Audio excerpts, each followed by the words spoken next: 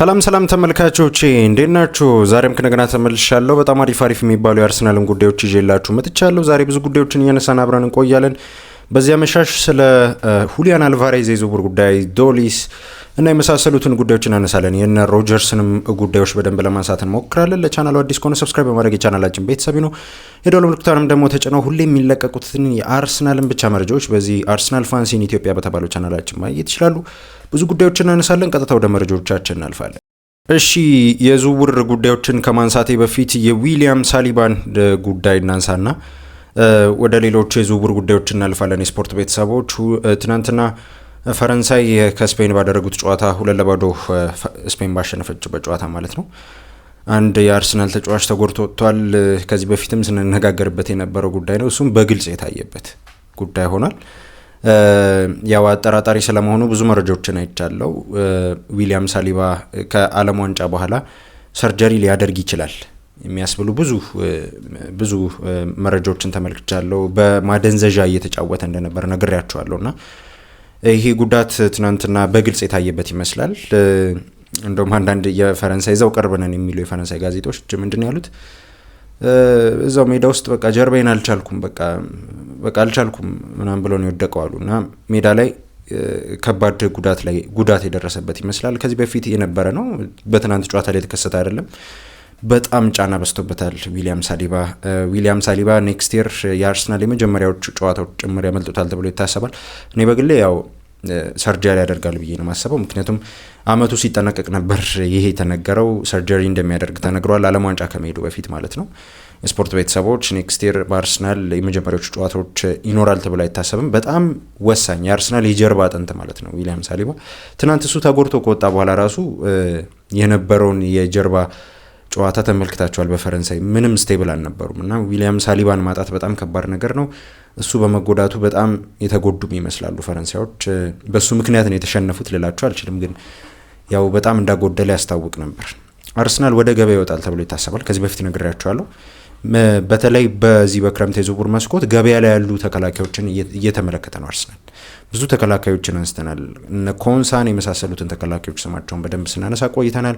ስለዚህ የስፖርት ቤተሰቦች የሆነ ዝውውር ሊኖር ይችላል በተከላካይ ክፍል ቦታ ላይ፣ እሱም ዊሊያም ሳሊባ ቦታ ላይ መጫወት የሚችል ሴንተር ባክ፣ እንደሱ ብቻ አይደለም ፉልባክ ላይ መጫወት፣ በሁለቱም ፉልባኮች ላይ መጫወት የሚችል አንድ ሁለገብ ተከላካይ ማስፈረም ይፈልጋል። ገበያ ላይ ያሉት ተጫዋቾች ብዙ ናቸው። እና ኮንሳን ተመልክቷል እንዳልኳቸው ነው። ላክሯ ትናንትና በዊሊያም ሳሊባ ተቀይሮ የገባው ተጫዋች ራሱ በአርሰናል የታየ ተከላካይ ነው። ሌሎችም ተከላካዮች እነ ጌትሬዳ ከላይፕዚግ እሱንም ለማስፈረም ተመልክቷል። የትኛው ተጫዋች ላይ ይሰራል በግልጽ መረጃዎች ሲወጣ ማደርሳችኋል። ግን የዊሊያም ሳሊባ የጉዳት ጉዳይ በጣም አሳሳቢ ነው። ከትናንትና በተለይ ተቀይሮ ከወጣ በኋላ ደግሞ ብዙ መረጃዎች እንደሚሉት እውነትም ዊሊያም ሳሊባ ከመጀመሪያዎቹ የአርሰናል ጨዋታዎች በፊት ሰርጀሪ ያደርጋል ተብሎ ይታሰባል። እንግዲህ ቶሎ ይመለስ ማለት ነው። ለአርሰናል በጣም ወሳኝ ተጫዋች እንደሆነ ይታወቃል። ያው አርሰናል ቤት ያሉት ሁለቱን ሴንተር ባክ መለየት ከባድ ነው። ጋብሪኤል ሲጎዳ ጋብሪኤል ያጎላል ቢሆን ያህል፣ ሳሊባ ሲጎዳ ቢሆን ያህል ደግሞ ሳሊባ ያጎላል እና ሳሊባ ደግሞ ምን ያህል በአርሰናል ቤት በጣም ካልመስት የሚባለው ተከላካይ እንደሆነ ይታወቃልና በጣም ወሳኝ ተጫዋች ነው። እሺ ለማንኛውም ቶሎ ይመለስ ማለት እንፈልጋለን እንደ አርሰናል ደጋፊም። ዊሊያም ሳሊባ በጣም ወሳኝ ተጫዋች ነው። ወደ ቀጣዮች መረጃዎች እናልፋለን። እሺ ወደ ዝውውር ጉዳዮች እናልፋለን። የስፖርት ቤተሰቦች የትሮሳርድ የዝውውር ጉዳይ ተጠናቋል። ያው እሱን በግልጽ ለነግራችሁ ነው። ያው ታውቃላችሁ ትናንትና በይፋዊ ገጻቸው ያው ፖስቶች ምናምን አይተናል። ሊያንድሮ ትሮሳርድ የቤሽኪታሽ ደጋፊዎችን ራሱ ሲተዋወቅ በደንብ ተመልክተናል። ያው በይፋ ግን ተጫዋቹ የቤሽኪታሽ ተጫዋች መሆኑን ምናልባት ይህንን መረጃ እስከማደርስላችሁ ድረስ ምንም አይነት ይፋዊ መረጃዎች አልወጡም። ግን ተጫዋቹ ኦልሞስት የቤሽኪታሽ ተጫዋች መሆን ችሏል። አርሰናል በቃ ይህን ተጫዋች አትላስ ተሽጦታል በ20 ሚሊዮን ዩሮ ለቤሽኪታሽ 20 ሚሊዮን ዩሮ አንድ ላይ ከፍላሉ። 18 ሚሊዮን ዩሮ ቀጥታ ክፍያ ነው። 2 ሚሊዮን ዩሮ ደግሞ የሚጨመር ክፍያ አለ፣ አዳውንስ ማለት ነው። በአንዳንድ ጉዳዮች ላይ ተመስርተው የሚሰጥ 2 ሚሊዮን ዩሮ ነው። እና የስፖርት ቤተሰቦች ያው አርሰናልም አግሪመንት ላይ እንደደረሱ ነው። ትናንትና ልክ ፖስት ሲደረግ ቤሽኪታሽ ፖስት ሲያደርገው አግሪመንት እንደደረሱ ፔጃቸው ላይ ተፖስቷል። እና ሊያንድሮ ትሮሳርድ በይፋ ከአርሰናል መልቀቁ ኦልሞስት ተረጋግጧል። ኦልሞስት አልቋል። ይፋዊ የቤሽኪታሽ ተጫዋች ሆኗል ማለት እንችላለን። ከዚህ በኋላ በጣም ወሳኝ ተጫዋች ነበር። ይህንን እኔ ልነግራችሁ አልችልም። በተለይ አርሰናል ደጋፊዎች፣ የአርሰናል ደጋፊ ደግሞ ካልሆነ የዚህን ተጫዋች መልቀቅ ምናልባት መረዳት ይከብዳል። በጣም ምርጥ ተጫዋች ነው። ምክንያቱም ራሱ እንዳለው ያለውን ነገር መስጠት የቻለ ተጫዋች ነው። የፈረመ ጊዜ ትዝ ካላችሁ ስፔሻል ሞመንቶችን ማሳለፍ ፈልጋለሁ ከአርሰናል ጋር እና ስፔሻል ጎሎች፣ ስፔሻል አሲስቶች ማድረግ እፈልጋለሁ። እሱ ለማድረግ ነው የመጣሁት እና በተለይ ስፔሻል ሞመንቶች ላይ ደግሞ መገኘት እፈልጋለሁ ብሎ ነበር የተናገረው። ኦልሞስት አርሰናል ላስት የር በአሁኑ ዓመት ነው ያው ፕሪሚየር ሊግ ሲበላ ወሳኛውን ግብ ያስቆጠረው ተጫዋች ነው። የትኛውም የአርሰናል ደጋፊ ከዚህ በኋላ ይረሳዋል ብዬ የማላሰበው ጎል ነው ዌስትሃም ዩናይትድ ላይ ያስቆጠረው። እሱም ብቻ ሳይሆን በብዙ ጨዋታዎች ላይ ሊያንድሮ ትሮሳርድ መሆኑን ያሳየበት ሞመንቶች ነበሩ። እንደ አርሰናል ደጋፊ በጣም እንዲወደድ ያደረገው እሱ ነው። ከቼልሲ ጋር ብዙ ሞመንቶችን ማንሳት እንችላለን። ከቼልሲ፣ ከፖርቶ ጋር፣ ከባየር ሙኒክ ጋር እንደዚህ ወሳኝ ግቦችን አስቆጥሯል። ከአስቶን ቪላ ጋር አይደል ብዙ ጨዋታዎችን ማንሳት እንችላለን እና አርሰናል በሚፈልገው ሰዓት መገኘት የቻለ ተጫዋች ነበርና አርሰናል በደንብ ተገልግሎበታል ማለት እንችላለን። እንደ ሌጀንድ እንደ ተጨብጭቦለት ቢሸኝ በጣም እንደ አርሰናል ደጋፊ በጣም የሚገባው ተጫዋች ነው ብዬ አስባለሁ። ለማንኛውም ቸሪክ ጠሞ ማለት እንችላለን። ሊያንድሮ ትሮሳርድ ከአርሰናል ለቋል። እሺ ወደ ዝውውር ጉዳዮች እናልፋለን። የስፖርት ቤተሰቦች ከአርሰናል ጋር በተያያዘ ብዙ ስሞችን እናነሳለን። ያው 3 መረጃዎች ነው ያሉኝ ወደ አርሰናል ሊዘዋወሩ ስለሚችሉ የተጫዋቾች ዝርዝር ጉዳይ ማለት ነው። ብዙ ጉዳዮችን ለማንሳት እሞክራለሁ። የሁሊያን አልቫሬዝን የዝውውር ጉዳይ አነሳላችኋለሁ። የዞሊስና የሮጀርስን ጉዳይ አንስተን የዛሬ መረጃዎቻችን እናበቃለን። ከዚህ በኋላ በዚህ አመሻሽ ነው ብዙ መረጃዎችን እያነሳው መመጣውና የስፖርት ቤተሰቦች አዲስ ከሆናችሁ ሰብስክራይብ አድርጉ። የአርሰናል ቤተሰብ መሆን ትችላላችሁ። ይህን ቻናል ሰብስክራይብ አድርጋችሁ በየቀኑ አፕዴት የሆኑ መረጃዎችን ለማግኘት ይህንን ቻናል ሰብስክራይብ አድርጉ። የስፖርት ቤተሰቦች ያው ሰብስክራይብ ያላደረጋችሁ አድርጉ፣ ያደረጋችሁ ደግሞ ላይክ እያደረጋችሁ አዲስም ነባርም ከሆናችሁ ላይክ እያደረጋችሁ ቢያንስ ይህንን ቪዲዮ እስኪ 2000 ላይክ እናስገባው። እኔን ማበረታታት ነው የስፖርት ቤተሰቦች። ላይክ ማድረግ ለእናንተ በጣም የትንሽ ሰከንድ ስራ ነው፣ ለእኔ ግን በጣም ትልቅ የሚጠቅመኝ ጉዳይ ስለሆነ የስፖርት ቤተሰቦች ላይክ እያደረጋችሁ ይህንን ቪዲዮ ተመልከቱ። ዘወትር ደግሞ ተከታታዮቼ ስለሆናችሁ በጣም አመሰግናለሁ። በጣም ነው የማመሰግነው የስፖርት ቤተሰቦች። እሺ ወደ ክሪስቶስ ዞሊስ የዝውውር ጉዳይ እንምጣ። ክሪስቶስ ዞሊስ ከአርሰናል ጋር ስሙ የተያዘው ተጫዋች እንደሆነ ተነጋግረናል። ክሪስቶስ ዞሊስን ለማስፈረም አርሰናል ሊያንድሮ ትሮሳርድ እስኪለቅ እየጠበቀ ነበርና አሁን ምን እየሰራ ነው የሚለው ጉዳይ እኔም ነግራችኋለሁ አይደል። ልክ እንደለቀቀ ትሮሳርድ ልክ እንደለቀቀ የዞሊስን የዝውውር ጉዳይ ያፋጥኑታል። ይሄ ግልጽ ጉዳይ ነው። እንደሱ ተብሎ ተዘግቧል። ፋብሪሾ ሮማኖ ምን ያነሳው፣ እኔም ደግሞ የስፖርት ቤተሰቦች ነግራችኋለሁ። ግልጽ ጉዳይ ነው። ከዚህ በኋላ በቅርብ ሰዓታትና በቅርብ ቀናት ክሪስቶስ ዞሊስን ለማስፈረም አርሰናል ይሰራል። በእነዚህ ቀናቶች ውስጥ አዳዲስ መረጃዎች መስማታቸው አይቀርም። የክሪስቶስ ዞሊስ የዝውውር ጉዳይ ላይ አሁን በጣም ስቴብል የሚያደርገ ይሄ ዝውውር ይሆናል እንድል የሚያደርገኝ አንድ ነገር ምንድን ነው? አርሰናል በተጫዋቹ በኩል በጣም ሴፍ ነው። በተጫዋቹ በኩል ሴፍ ነው ስላችሁ ተጫዋቹ ወደ አርሰናል መምጣት ይፈልጋል። ብዙ ክለቦች ጠይቀውታል። መጥተው በቃ እናስፈርምህ ዞሊስ ማስፈረም እንፈልጋለን ሲል እኔ አርሰናልን የምጠብቀው ብሏል ነው የተባለው። እና እንደውም ፋብሪሾ ምንድን ነው ያለው? ወኪሉን ጠርቶ የአርሰናልን ጥያቄ ብቻ እንዲቀበል ነግሮታል የተባለው። ስለዚህ በዞሊስ ጉዳይ ላይ ምንም የተለወጠ ነገር የለም። ዞሊስ ወደ አርሰናል መዘወር ይፈልጋል እና ፐርሰናል ተርም ጨርሰዋል። ሳምንታዊ ደሞዝ ምናምን ሙሉ ከስምምነት ደርሰዋል። ተጨባብጠው ተለያይተዋል የአርሰናል ሰዎችና የዞሊስ ወኪሉ። ስለዚህ አርሰናል በጣም ኢንትረስትድ ነው ተጫዋች ለመግዛት ማለት ነው። ፐርሰናል ተርም ሙሉ ጨርሶ ሄዷል። ክለብ ብሩዥ ጋር ያለው ጉዳይ ምንድን ነው? አሁን ዝውውሩ እንዳይሆን አይደለም። ያው ዝውውሩ እስካሁን ያልተጠናቀቀበትን ምክንያት ነው የምነግራችሁ። ክሪስቶስ ዞሊስ እስካሁን ድረስ ወደ አርሰናል ያልተዘዋወረበት ምክንያት የአርሰናል የመጨረሻ ፈቃድ እየተጠበቀ ስለሆነ ነው። በገንዘብ ጉዳይ ያን ያህል ትልቅ ኢሹ የለም። እኔ ሁኔታውን እንደተረዳሁት ብዙ ዘጋቢዎችም ሲያነሱት እንደተመለከትኩት 40 ሚሊዮን ተብሏል። መጀመሪያ ሰሞን የሰማነው እንደሱ ነው። ከቤልጅየም ሊግ 40 ሚሊዮን የተጠራበት ከፍተኛው፣ በተለይ በቤልጅየም ሊግ በ40 ሚሊዮን የተዘዋወረ ተጫዋች የለም ስቲል እስከዛሬ። ዴኬት ላሬ ነበር በ37.5 ሚሊዮን ፓውንድ ወደ ኤስ ሚላን የተዘዋወረው። ሪካርድ የሆነው ገንዘብ እሱ ነው። ለዞሊስ 40 ነው የሚጠይቁት ነው የተባለው። ግን ከዛው ከቤልጅየም የሚወጡ ጋዜጦች ቅርብ የሚባሉ እንደነ ቤን ጃኮብስ ያሉ ዘጋቢዎች ደግሞ እንዳሉት እሱ የሚያሳስብ ጉዳይ አይደለም። 40 ሚሊዮኑ ብዙ የሚያሳስብ ጉዳይ አይደለም። አርሰናል እሱ አሳስቦት አይደለም፣ ወይ ደግሞ ክለብ ብሩዥ አልቀንስም ብሎ አይደለም። ክለብ ብሩዥ በ30 እና በ35 ቢደራደሯቸው የሚሉ ክለቦች ናቸው። ተጫዋቹን መሸጥ ይፈልጋሉ። ምክንያቱም ተጫዋቹም መልቀቅ ይፈልጋል። ተጫዋቹ ወደ አርሰናል መሄድ ይፈልጋል እና የተጫዋቹ ወደፊት እጣ ፈንታ ላይ እጃቸውን ማስገባት አይፈልጉም እና ደስተኛም ናቸው በተጫዋቹ። ይሄ ነው ጉዳዩ እና በ30 ቢሸጡት ያን ያህል ይጎዳኛል ብለው አያስቡም ነው የተባለው። ያው ዞሮ ዞሮ የቢዝነስ ጉዳይ ነው። የሆነ ያህል ድርድር ላይ መቀመጣቸው አይቀርም። አርሰናል ግን እስካሁን ድረስ የአርሰናል የዝውውር ጉዳይ ጋር ነው እስካሁን የተያዘው። ይሄ ዝውውር ዞሊስ ወደ አርሰናል እስካሁን ያለመጣበት ምክንያት የአርሰናል የመጨረሻ ፈቃድ እየተጠበቀ ስለሆነ ነው። በቃ ማስፈረም እንፈልጋለን ብሎ ተጫዋቹን ለማምጣት እኔ ያው ፋብሪሾ ሮማኖ መጀመሪያ ሲያነሳ ይህንን መረጃ ምንድን ነው ያለው? ክለብ ብሩዥ 40 ነው የሚፈልገው፣ አርሰናል እስከ 30 የመክፈል ፍላጎት አለው አለ። 10 ሚሊዮን ፓውንድ ትልቅ ልዩነት አይደለም። እንዳልኳችሁ ደግሞ ብዙ ገንዘብ ላይ እንትን የሚሉ ክለቦች አይደሉም ክለብ ብሩዦች።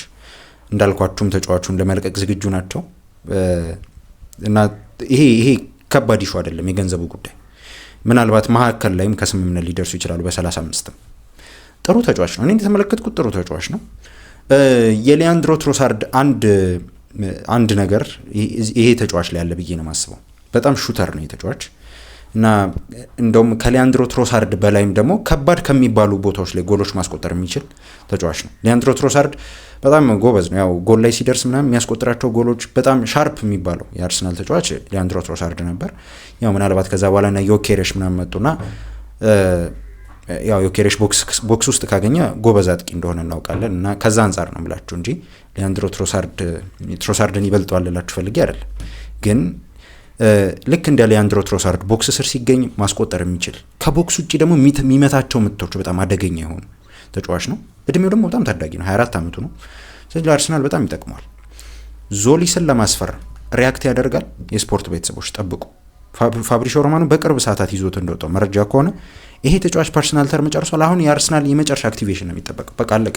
እዚህ ዝውውር ላይ መሄድ እዚህ ዝውውር ላይ ሄዶ በቃ ማስፈረም እንፈልጋለን ሽጡልን ማለት ነው የሚጠበቅበት እና የአርሰናል ሙቭመንት እየተጠበቀ ነው። ዞሊስ ዝውውር ጉዳይ ላይ ደግሞ እየፈጠኑ ነው ተብሏል። ከሊያንድሮ ትሮሳርድ የዝውውር ጉዳይ ላይ መጠናቀቅ በኋላ የዞሊስ የዝውውር ጉዳይ ላይ እየፈጠኑ ነው ነገሮች። በቅርቡ የስፖርት ቤተሰቦች ጠብቁ። እሺ የዞሊስን ጉዳይ አነሳን። አሁን ደግሞ የሁሊያን አልቫሬዝን የዝውውር ጉዳይ እናንሳና የሮጀርስን የዝውውር ጉዳይ አንስተን እናበቃለን። የሁሊያን አልቫሬዝ የዝውውር ጉዳይ ምንድን ነው? ትናንትና አንድ ዘጋቢ እኔ በጣም የምጠብቀው በተለይ የአርሰናል መረጃዎች ልክ እንደ ፋብሪሾ ሮማኖ እንደ ሁሉም ዘጋቢዎች ፋብሪሾ ሮማኖ በጣም ታማኝ የሚባለው እና ብዙዎች የሚከታተሉት እሱን ነው። እንደ አርሰናል ደጋፊ ደግሞ በጣም የምከታተለው አንድ ዘጋቢና በጣም ማምነው ዘጋቢ ሃንድ ኦፍ አርሰናል ነው። ሃንድ ኦፍ አርሰናል ትናንት ብሬክ ዳውን አድርጎት ነበር የአልቫሬዝን የዝውውር ጉዳይ። የአልቫሬዝ የዝውውር ጉዳይ ላይ አርሰናል አሁንም እጁ አለ እያለ ነው። አልቫሬዝ የዝውውር ጉዳይ ላይ ስቲል አርሰናል እየሰራበት ነው እያለ ነው እና አሁንም ቢሆን ሁሊያን አልቫሬዝን የማስፈረም ፍላጎት አለው አርሰናል። ይህንን እንዳትረሱ። ሁሊያን አልቫሬዝን አልተወውም። የሁሊያን አልቫሬዝ የዝውውር ጉዳይ ላይ አርሰናል ስቲል እየሰራ ነው። ቀጥተኛ ግንኙነት አድርጓል ከአትሌቲኮ ማድሪድ ጋር። ልክ በተለይ የሮጀርስ የዝውውር ጉዳይ ላይ የኒውካስትል በተለይ የጊማራሽ የዝውውር ጉዳይ ላይ እነዚህ ተጫዋቾች ላይ ከክለቦቻቸው ጋር ቀጥተኛ ግንኙነት አላደረጉም አርሰናሎች። ብዙ ጊዜ ተነጋግረናል። የጊማራሽ የዝውውር ጉዳይ ላይ ከወኪሎቹ ጋር እንጂ ከክለቦቹ ጋር ቀጥተኛ ግንኙነት አላደረግም።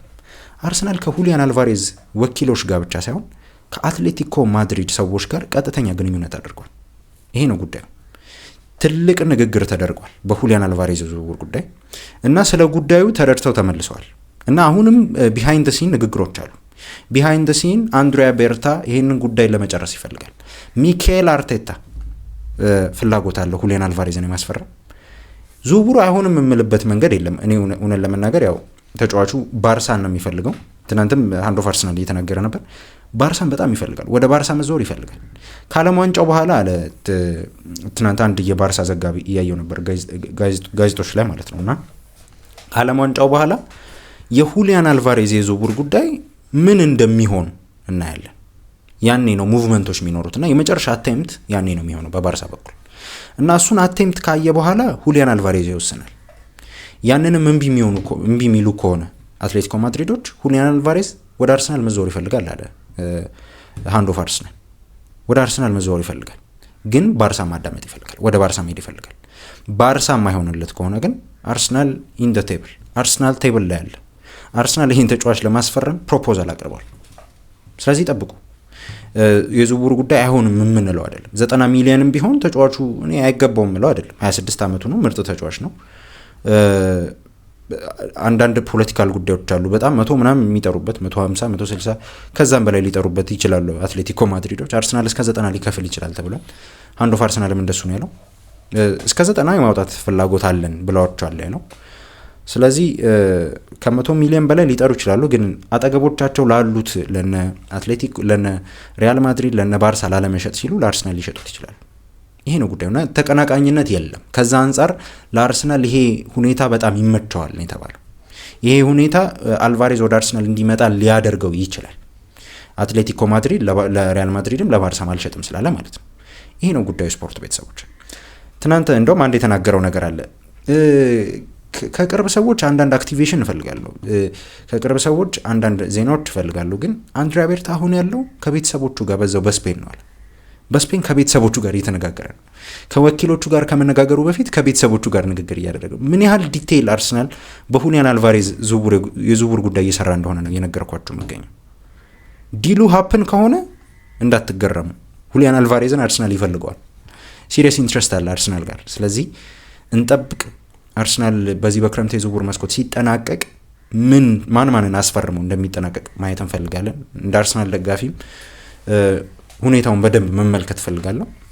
የሁሊያን አልቫሬዝ የዝውውር ጉዳይ ደግሞ በጣም እንጥልጥል ላይ የቀረ ነው። ባርሳ ሙሉ በሙሉ ተጫዋቹ እንደሚያስፈርመው እርግጠኛ አልሆነም። ምክንያቱም አትሌቲኮ ማድሪድ ተጫዋቹን አልሸጥም እያለ ስለሆነ፣ ይሄ ሁኔታ ደግሞ ለአርሰናል በጣም በጣም ይመቸዋል። እሺ ይህን ጉዳይ ልናገርና ወደ ሮጀርስ የዝውውር ጉዳይ እንለፍ። ያው ከአልቫሬዝ ጋር በተያያዘ ቤን ጃኮብስ በቅርብ ሰዓታት ይዞት እንደወጣው መረጃ ቤን ጃኮብስ ነው ዘገባው፣ ታማኝ የሚባል ጋዜጠኛ ነውና ምን አለ፣ አርሰናል ሁሊያን አልቫሬዝን ለማስፈረም በሚደረገው ድርድር ጅማሮ ላይ ቪክቶር ዮኬሬሽን ያካተተ ስምምነት ማቅረብ የሚቻልበትን ሁኔታ እያጠኑ ነው የሚል መረጃ ይዞ ወጥቷል። ስለዚህ እኔ ከዚህ በፊትም ነግሬያቸዋለሁ፣ ፋብሪሾ ሮማኖ እንደተናገረው አርሰናል ክሬዚ መን ይፈልጋል ለቪክቶር ጊዮኬሬሽ እንጂ ተጫዋቹን የመልቀቅ ፍላጎት የለውም። ለገበያ ያወጣው ተጫዋች አይደለም እና ቪክቶር ዮኬሬሽ ማቆየት ይፈልጋል። ግን የሚሸጠው ከሆነ የሚሸጠው ክሬዚ መኒ ቴብል ላይ ከመጣ ነው። ይሄ ነው ጉዳዩ እና አሁን ሁኔታውን እየተመለከተው ነው ያለው አርሰናል ነው፣ አትሌቲኮ ማድሪድ አይደለም። ቤን ጃኮብስ አሁን በጣም የሚገርም መረጃ ነው ይዞ የወጣው ነው ለመናገር እና ሁኔታውን እየተመለከተ ያለው አርሰናል ነው፣ አትሌቲኮ ማድሪድ አይደለም። አትሌቲኮ ማድሪድ ኢንትረስት አለው እና ይህን ኢንትረስታቸውን ተጠቅመው የቪክቶር ዮኬሬሽንም ዲል በደንብ ለመመልከት እየሞከሩ ነው አርሰናሎች፣ እንዳትረሱ። ቤን ጃኮብስ ነው ይህንን መረጃ ይዞ ወጣው። እሺ ስለሱ ላነሳላችሁ አይደለም፣ ግን ኢያን ራይት የተናገረው ልንገራችሁ። ስለዚህ ቅይር ወይንም ስለዚህ ወሬዎች ምን ብሎ እንደተናገረ ልንገራችሁና ወደ ሮጀርስ የዝውውር ጉዳይ አልፋለሁ። በግሌ ያንን ስምምነት አላደርግም፣ እኔ በሆን አላደርግም አለ። ሁሊያን አልቫሬዝ ድንቅ ተጫዋች ነው፣ ጥራቱንም ማንም አይጠራጠርም እና በእግር ኳስ ውስጥ ትልልቅ ዋንጫዎችን አሸንፏል እና በዓለም ላይ ያሉ አብዛኞቹ ቡድኖች እሱን ይፈልጋሉ። ነገር ግን እግር ኳስ ሁልጊዜ ትልቁን ስም ስለመምረጥ ብቻ አይደለም። አርሰናል ለረጅም ጊዜ ሲፈልገው የነበረው አጥቂ ነበር። በስተመጨረሻም ግን ቪክቶር ዮኬሬሽን አግኝቷል። እሱም ለቡድኑ ያለ መታከት ነው የሚባለው የቻለውን ነገር እያደረገ ነው አለ። እንዲህ ያለ ተጫዋች ለማግኘት ለአመታት ፈልገህ የማጥቃት አጫወትን በሱ ዙሪያ ገንብተህ ከዚህ ሌላ ታላቅ ተጫዋች ስላገኘ ብቻ ወዲያውኑ እሱን መሸጥ አይገባም። ስኬታማ ክለቦች የሚገቡበት በዚህ መንገድ አይደለም። ቀጣይነትና እምነት ከችሎታ ያልተናነሱ አስፈላጊ ነገሮች ናቸው አለ። አርሰናል ዮኬሬሽን ሳያጣ አልቫሬዝ ማስፈረም ከቻለ በዛ ዙሪያ መነጋገር ይችላል። ምርጫው አንዱን በሌላ መቀየር ከሆነ ግን እኔ ሁልጊዜም ቪክቶር ዮኬሬሽን እመርጣለሁ አለ ኢያን ራይት፣ የአርሰናል ቀንደኛ ደጋፊ እና የድሮም ተጫዋች እና በጣም ተወዳጅ ሰው ነው። እና የስፖርት ቤተሰቦች ምን ታስባላችሁ በዚህ ቅይር? ምናልባት አይታወቅም፣ የዝውውር ጉዳዮች ሁኔታዎች ምን እንደሚፈጸሙ አናውቅም። እና የስፖርት ቤተሰቦች ምን ታስባላችሁ ግን በቪክቶር ዮኬሬሽ እና በአልቫሬዝ ቅይር? ወይንስ ዮኬሬሽ ኖሮ አርሰናል እንዴት አልቫሬዝን ያስፈርማል ብላችሁ ታስባላችሁ? እስኪ ኮሜንት ላይ ሀሳባችሁን መሰፋያችሁ። የመጨረሻውን ጉዳይ አንስተን እናብቃ። የስፖርት ቤተሰቦች የሞርጋን ሮጀርስ የዝውውር ጉዳይን እናንሳና እናብቃ። የስፖርት ቤተሰቦች አሁን ስለ ሞርጋን ሮጀርስ በተለይ በዚህ በክረምት የዝውውር መስኮት በደንብ እንሰማለን። እኔ በበኩሌ የአርሰናል ደጋፊ ምናምን ስለሆንኩ አይደለም፣ ወይም የአርሰናል መረጃዎች ምናምን ስለማነሳ አይደለም። ሁኔታዎችን እንደምመለከትበት ወይም መረጃዎችን ብዙ ጊዜ የዝውውር መረጃዎችን ረጅም ጊዜ ተከታትያለሁና ብዙም ሳደርሳችሁ ነበርና ብዙ ዝውውሮች ልክ እንደዚህ አይነት ዝውውሮች በተለይ በአርሰናል ቤት ብዙ ጊዜ ሲሆኑ አይቻለሁ። የዴክላን ራይስ የዝውውር እንደውም ትንሽ የሚመሳሰልብኝ ከሮጀርስ የዝውውር ጉዳይ ጋር የዴክላን ራይስ የዝውውር ጉዳይ ነበር። ምናልባት ትዝ ካላችሁ ዴክላን ራይስን ለማስፈረም አርሰናል መጀመሪያ አካባቢ ያን ክረምት ሲመጣ መጀመሪያ አካባቢ ትንሽ ስሞች ነበር የምንሰማው። ኦኬ ራይስን ማስፈረም ይፈልጋል የሚሉ መረጃዎችን ሰምተናል። ከዛ ጠንከር እያሉ መውጣት ጀመሩ። ሲቲም ፍላጎት እንዳለው ሰማን። አርሰናል ዲፕ ወደ ዝውውሩ መሄድ ጀመረ እና መጀመሪያ ስለ ሁኔታው እያጠና ነበር። አርሰናል ብዙ ጉዳዮችን ሲመለከት ነበር። ልክ እንደዛ ሁሉ ሮጀርስን ማስፈረም የፈለገበት መንገድ እሱ ነው። አንድ ነገር ልንገራችሁ፣ ሞርጋን ሮጀርስን የሚፈልገው ሚኬል አርቴታ ነው። ሚኬል አርቴታ ሞርጋን ሮጀርስን በጣም ይወደዋል ከሁኔታው እንደምረዳውና ብዙ ዘጋቢዎች እንዳሉት። ፋብሪሾ ሮማኖም ይህንን ሲል ሰምቻለሁ። ዴቪድ ዌይንስቲንም ሲል ሰምቻለሁ። በጣም ያደንቋል፣ በጣም ይወደዋል። ፋብሪሾ ሮማኖ እንደውም ከዚህ በፊት እንደገለጸው አንደኛም ሁለተኛም ሶስተኛም ፍላጎታቸው ሞርጋን ሮጀርስ ነው። ሞርጋን ሮጀርስ ግን ካልሆነላቸው ሾርት ሊስታቸው ስለሌላ ተጫዋች አለ፣ ብራድሊ ባርኮላ እንዳትረሱት። ግን የሞርጋን ሮጀርስ እንዳይሆን የሚያደርገው አንድ ጉዳይ በጣም ክሬዚ መኒ፣ በጣም ጥግ ድረስ በቃ ላለመሸጥ በሚደረግ የገንዘብ አጠራር፣ ምናልባት እንደሱ አይነት ጥሪ ከተጠራ ነው ዝውውሩ ላይሆን የሚችለው። ምናልባት የአርሰናልን የዝውውር ገንዘብ ሪከርድ የሞርጋን ሮጀርስ ዝውውር ሪከርዱን ሊሰብረው ይችላል ብዬ በዚህ ክረምት እጠብቃለሁ። አትላስት ይሄ የዝውውር መስኮት ሲጠናቀቅ ሞርጋን ሮጀርስ የአርሰናል ተጫዋች ይሆናል ብዬ እኔ በሁኔታውን ስመለከት እገምታለሁ። እንደ አርሰናል ደጋፊ አይደለም፣ መረጃዎችን እንደተመለከትኩት እና የስፖርት ቤተሰቦች ሞርጋን ሮጀርስን ለማስፈረም ምን አለ ዴቪድ ዌይንስቲን፣ አርሰናል በጣም ኢንትረስት አለው። ይሄ ግልጽ ጉዳይ ነው። በጣም ኢንትረስት አለው። ለምንድን ነው ይሄ ዝውውር አሁን ብዙ እንቅስቃሴ የሌለው ተብሎ ተጠየቀ ዴቪድ ዌይንስቲን። እና አርሰናል እስካሁን እንቅስቃሴ ያላደረገበት ምክንያት የዓለም ዋንጫው እስኪያልቅ እየጠበቀ ነው፣ ወይም ሞርጋን ሮጀርስ እስኪመለስ እየጠበቀ ነው። ዝውውሮች እንዲጓተቱ እያደረገ ነው ዓለም ዋንጫ አለ። እንዲሁ በግልጽ ነው የተናገረው። ዓለም ዋንጫ ዝውውሮች ክለቦች በደንብ ተጫዋቾቹን የማጥኛ ጊዜም እያገኙ ነው። አት ሴም ታይም ደግሞ አንዳንድ ዝውውሮች እንዲጓተቱ ሊያደርግ ይችላል ዓለም ዋንጫ። የስፖርት ቤተሰቦች ቀን ላይ አንዳንድ መረጃዎችን ስመለከት ነበር። ቼልሲና ቶትናም የዚህ ተጫዋች ፈላጊ ናቸው። ቶትናም አዲስ ፈላጊ ሆኖ ብቅ ብሏል። እውነት ለመናገር ተጫዋቹ ግን መጀመሪያ ፕራዮሪቲ የሚሰጠው አርሰናል ነው። ተጫዋች ነው እና ምናልባት አርሰናል ተጫዋቹን ካላስፈረመ ቶትናምና ቼልሲን ቢመለከት መጥፎነት አይደለም። ምክንያቱም አትላስት የተጫዋች ካሪሩን ይፈልገዋል፣ ትልቅ ቡድን ውስጥ ሄዶ መጫወት ይፈልጋል እና ጊዜው ነው ብሎም ያስባል ከአስቶን ቪላ መልቀቅ እና ፐርሰናል ተርም ኦልሞስት አልቋል ያለው ፋብሪሾ ሮማኖ። ብዙ ችግር የለም ፐርሰናል ተርም ላይ ወደ አርሰናል መዞር ይፈልጋል ሮጀርስ። ይሄ ነገር ተነግሮታል። ከሚኬል አርቴታ ጋር ተነጋግሯል። የተጫዋቹ አድናቂ ነው ሚኬል አርቴታ። ስለዚህ ፐርሰናል ተርም ምንም ችግር አይሆንም እና እነ ዴክላን ራይስ እና ኤዜ በዝውውሩ ላይ ተሳትፈዋል ተጫዋቹን በማስማማት ነው የተባለው። እና ጉዳዩ አሁን በአስቶን ቪላ እና በአርሰናል ጋር ያለው ነው። አስቶን ቪላ የሚጠራው እንደተባለው 130 ሚሊዮን ፓውንድ 130 ሚሊዮን ፓውንድ በጣም ብዙ ነው።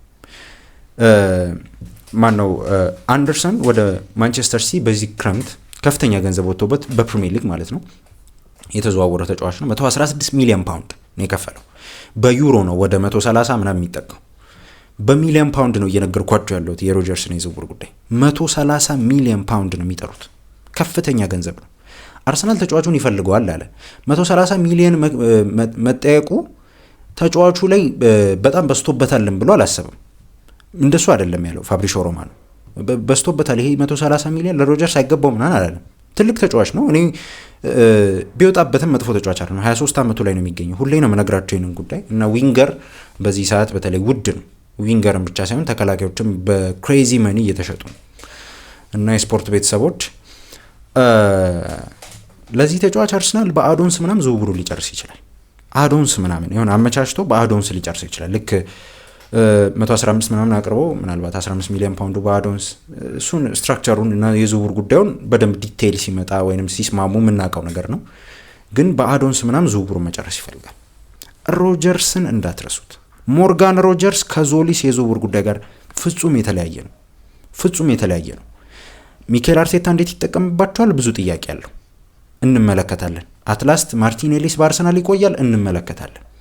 ግን ሞርጋን ሮጀርስን ማስፈረም ይፈልጋል። ሞርጋን ሮጀርስ፣ አልቫሬዝ፣ ዞሊስ እንዳትረሷቸው እነዚህን ስሞች እና የሚለቁም ተጫዋቾች ግን እንዳሉ የስፖርት ቤተሰቦች እንዳትረሱ። ተመልካቾቼ የዛሬ መረጃዎቼ እነዚህን ይመስሉ ነበር። አሪፍ የሚባሉ ጉዳዮችን አንስቻለሁ። የዞሊስ፣ ሮጀርስ፣ የሁሊያን አልቫሬዝ ጉዳይንም በደንብ ዲቴይል ለማንሳት ሞክረን ነበር። ለቻናሉ አዲስ ከሆነ ሰብስክራይብ በማድረግ የቻናላችን ቤተሰብ ነው። ደወል ምልክቱንም ደግሞ ተጭነው ሁሌ የሚለቀቁትን የአርሰናልን ብቻ መረጃዎች በዚህ አርሰናል ፋንስ ኢን ኢትዮጵያ በተባለው ቻናላችን ማግኘት ይችላሉ። ሰብስክራይብ፣ ላይክ፣ ሼር እያደረጋችሁ አብራችሁኝ ስለቆያችሁ አመሰግናለሁ። ላይክ ያላደረጋችሁ ግን ላይክ እያደረጋችሁ በጣም ለእናንተ የትንሽ ሰከንድ ስራ ነው፣ ለእኔ ትልቅ የሚጠቅመኝ ጉዳይ ነው። ቢያንስ 2000 ላይክ ለማስገባት ሁላችሁ ይህንን ቪዲዮ የምትመለከቱ ሰዎች ላይክ ስታደርጉልኝ ነው 2000 የሚገባው።